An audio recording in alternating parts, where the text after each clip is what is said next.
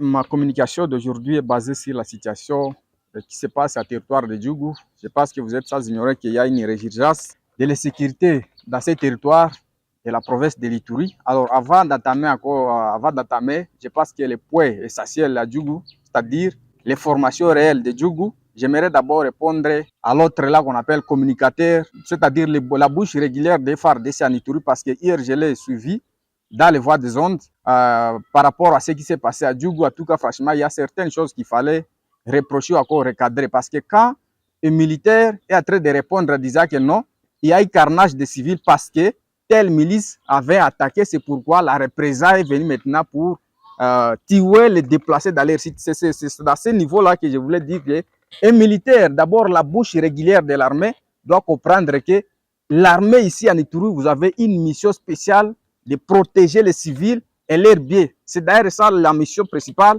de l'état de siège. Mais si aujourd'hui on arrive encore à justifier les carnages des déplacés, les déplacés sont des personnes vulnérables. Ils ne bénéficient non seulement de la protection du gouvernement de Kinshasa, mais aussi de la communauté internationale.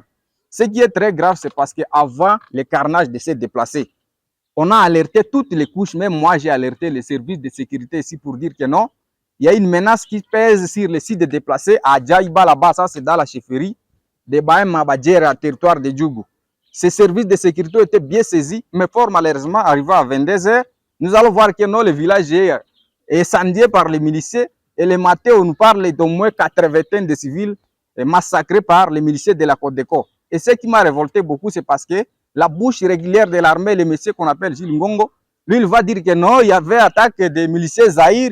C'est pourquoi Codeco est venu pour la représailles. Mais ça, c'est vraiment inacceptable. Comment est-ce que ça... D'ailleurs, ces propos, je les qualifie comme trouble de justice parce que si vous regardez la mission principale de l'état de siège, c'était justement pour reposer la paix. Nul n'a le monopole parmi les miliciens là de Djougou, que ce soit Autodéfense Zahir et aussi la Codeco, personne n'a le monopole de tuer les civils. Je pense que c'est arrivé à l'état, le monopole légitime de violence. Et à ce moment-là, s'il y a altercation entre les deux groupes armés, ou soit tel groupe armé venir attaquer les civils, l'État doit se poser.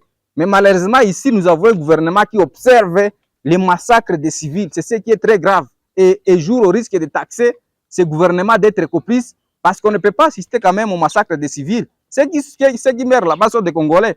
C'est vrai que l'attention du gouvernement provincial, voire même central, est tournée maintenant à Goma parce que c'est une guerre d'agression. Mais ils doivent savoir qu'il y a aussi les civils congolais qui sont tués en territoire de Djougou.